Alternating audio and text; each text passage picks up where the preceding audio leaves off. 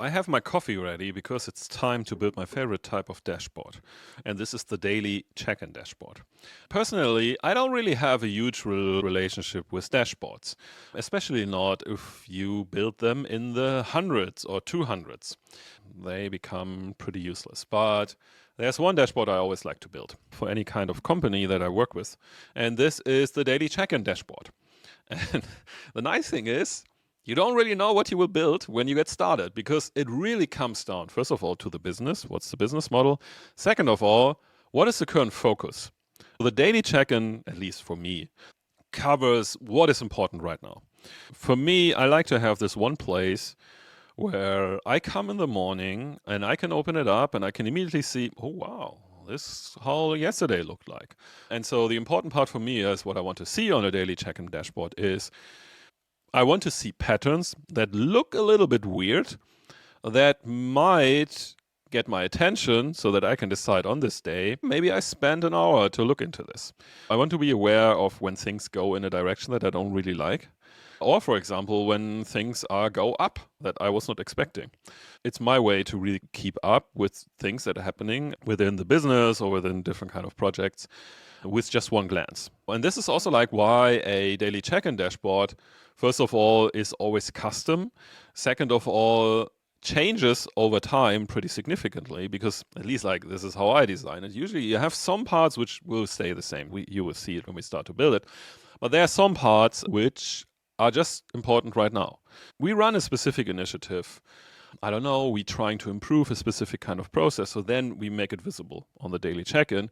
But once we move on to something else, we might get it off the daily check-in one, and then we move something else in there. It's like a newspaper. It has its standards that you can always check and always be sure. There's the date.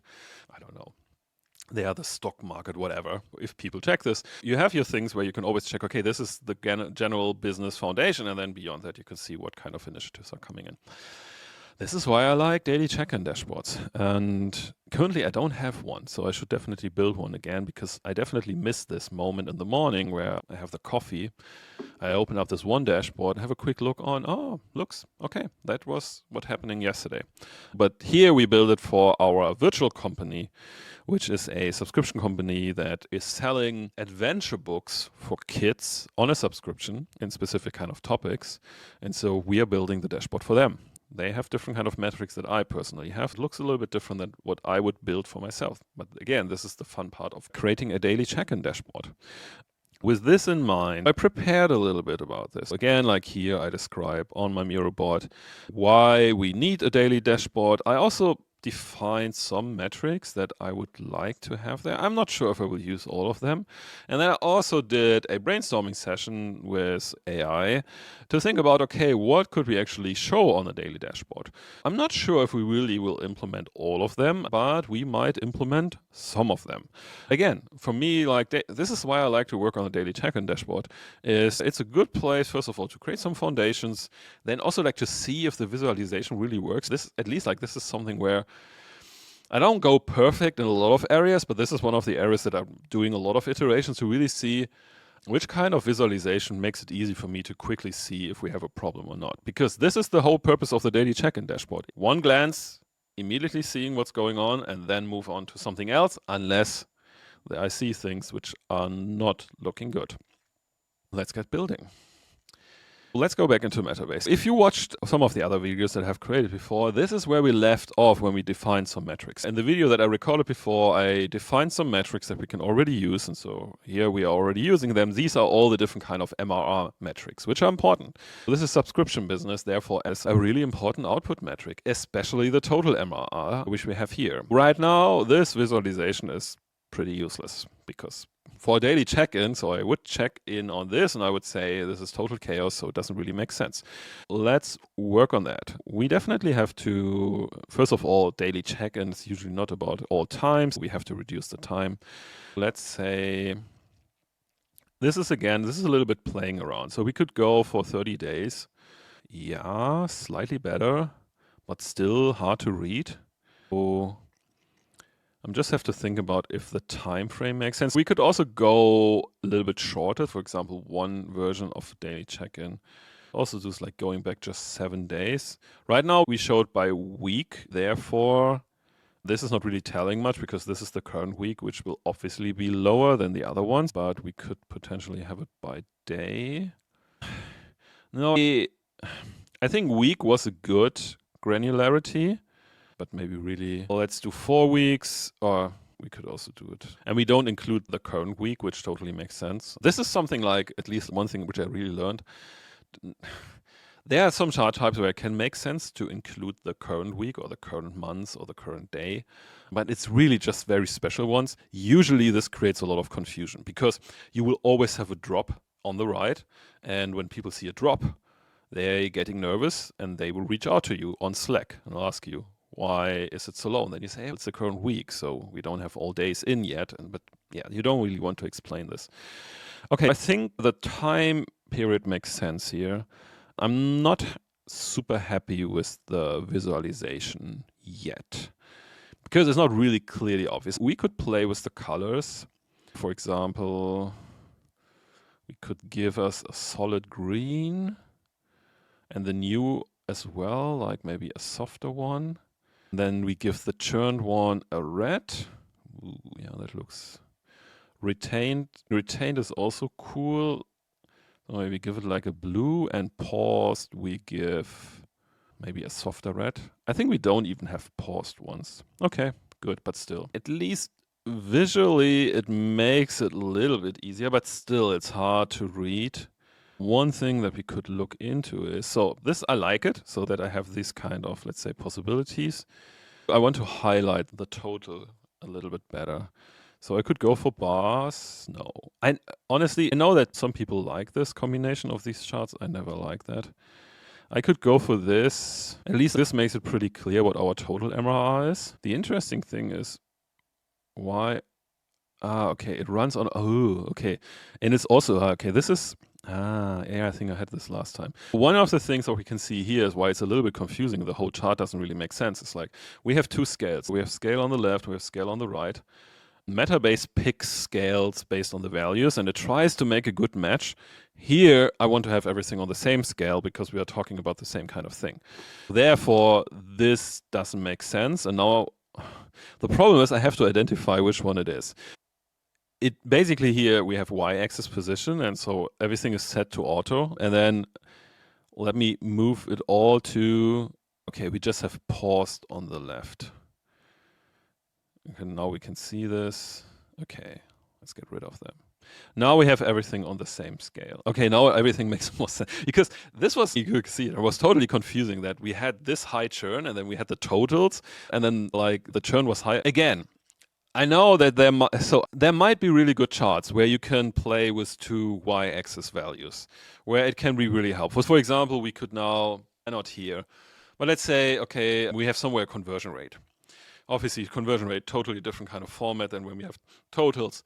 It could make sense in that case to, let's say, have the conversion rate on the same kind of chart. Then you have the other things there. It can make sense. But it has to be something which is really carefully. This is why also I don't really let Metabase makes this automatically. Because I ran into this issue when I did this chart for the first time, where I was really like, why does it behave so weirdly? And it was because like it put two different scales on the left, on the right. Okay, so this could be something I could work with because I can immediately see, okay, this is the total MRR that we have here. It looks quite stable. I could quickly see, so retaining is catching up. I could see that new is dangling a little bit around. I can see one peak of churn in the last week. This gives me enough indications to go with it. The other solution could be, maybe let's save this one first and then we can create another version of that. Again, I have to adapt the names. I was hoping I could do this in the metric definition, but for some reason it didn't work. Also, let me do the formatting. This would be dollars. We shouldn't do a combination of two things. That we have a double prefix now. Yeah, now this looks better. Let's update the other ones quickly. That definitely looks better. One thing I'm wondering is how I can get this attaching to this side. Maybe it's just me who thinks it's a bit confusing.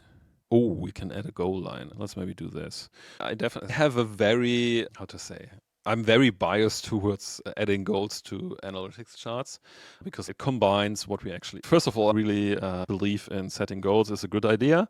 And then also visualizing it, it's also a good idea. For example, we can go in and can say, okay, right now we want to achieve a MRR per week.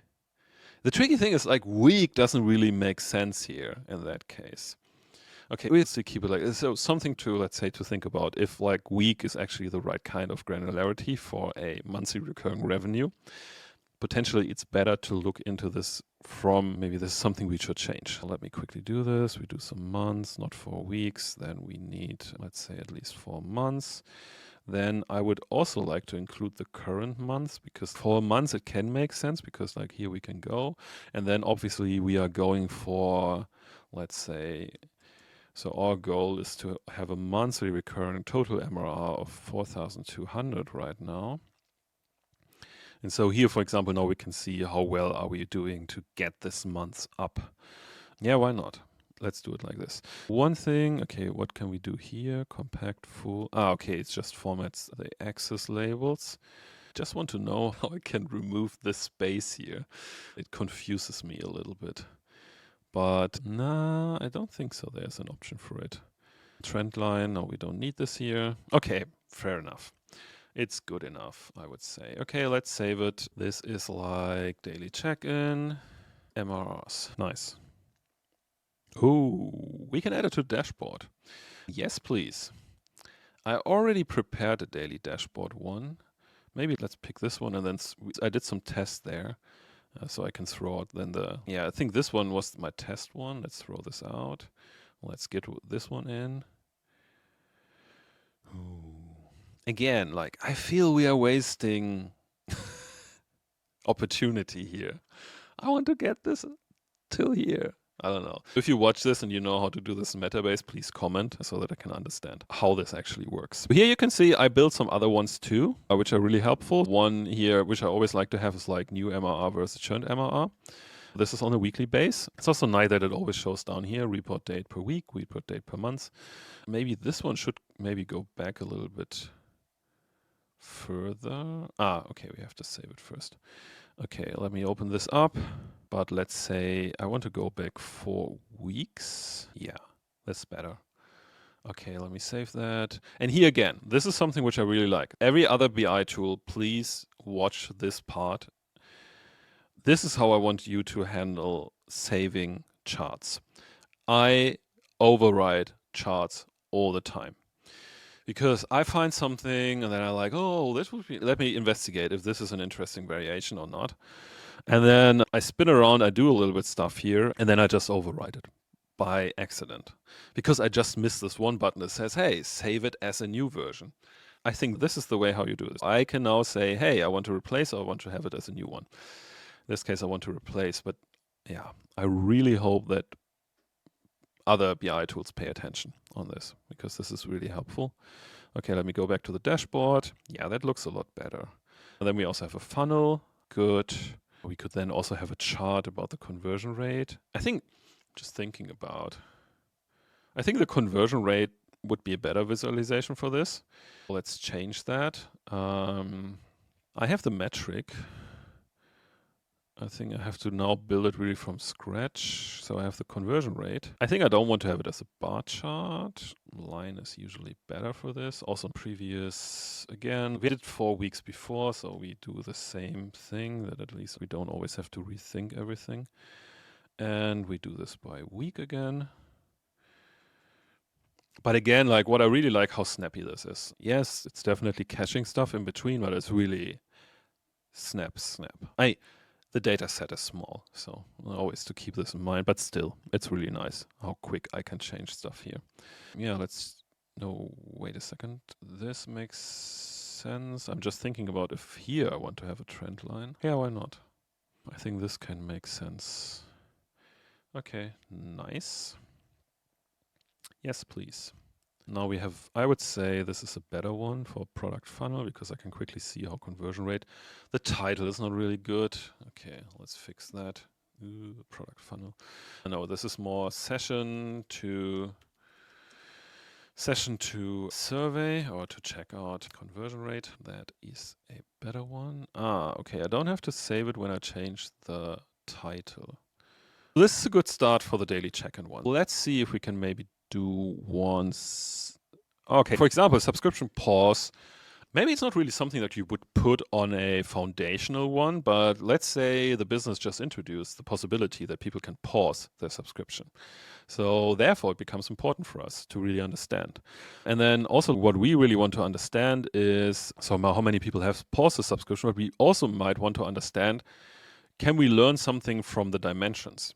In the virtual data set, it basically simulates an experience where parents sign up their kids for a book subscription. And in the survey, they get asked a lot of things. They, for example, get asked about their age group and about their reading levels.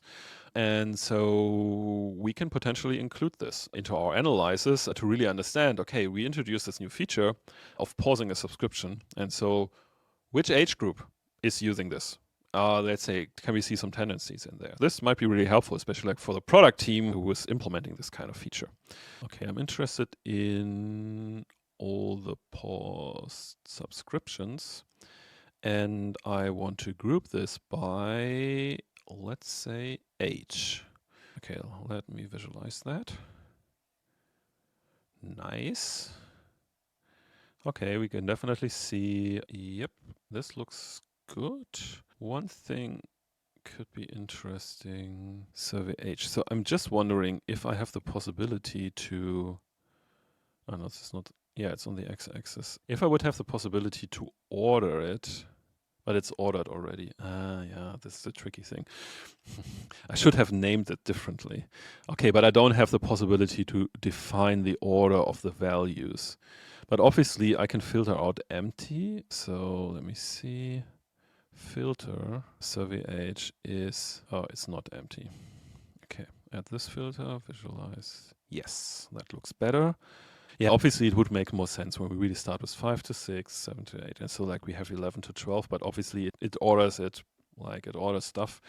So I would have to name the things differently, and I don't have the possibility to select the, let's say, to make a list of the values, which makes sense. Let me see if I can add another dimension that makes sense. I think reading level was something we are interested in. This is again like really when you start to combine at least 2 dimensions. I think 4 is fine. We can definitely see here comfortable with longer chapter books.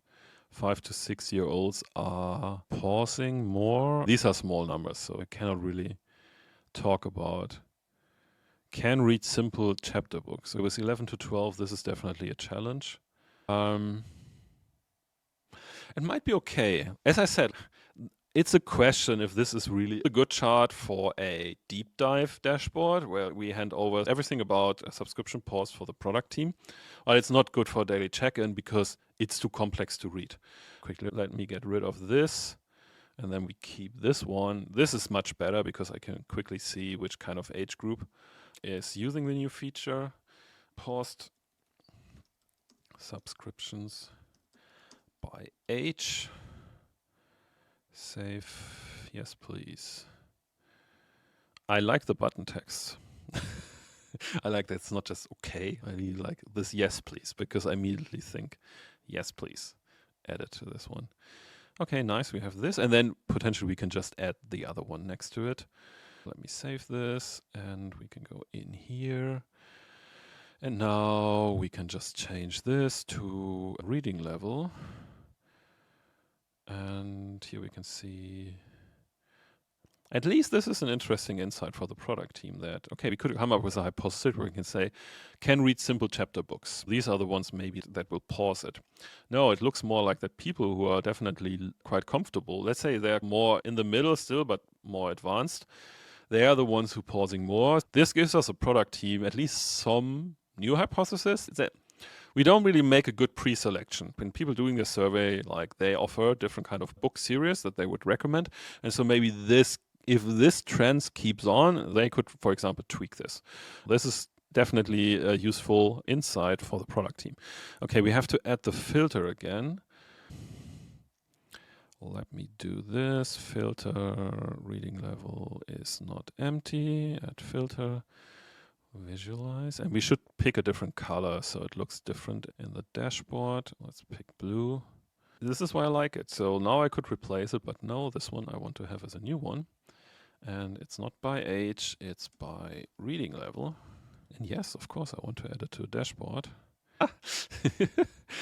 Okay, this needs some optimization. Okay, tricky one. I don't even know. Let's see if we can fix that. It looks fine here, but so when we take the axis,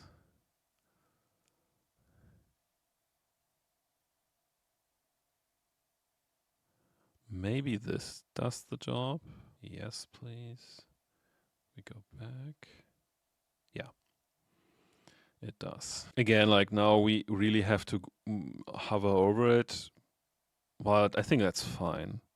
I might spend some time on this. I also, for example, have to spend some time on doing the proper labeling. This is not a good label, so you have to get through it. This is a good start for a daily check-in dashboard. I'm quite happy with this. In general, I still like the style of Metabase charts. I don't like this gap, but this is just a minor thing. I still like it. It has a simplistic, but not, let's say, not too technical view how the charts look like.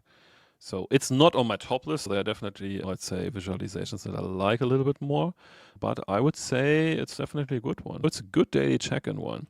All right, so this concludes the daily check-in video. If you have any kind of questions, leave them in the comments. If you like the video, it helps other people to find it too. If you like to watch more of these kind of videos, subscribe to my channel. I have at least 2 more videos that I want to do about Metabase right now.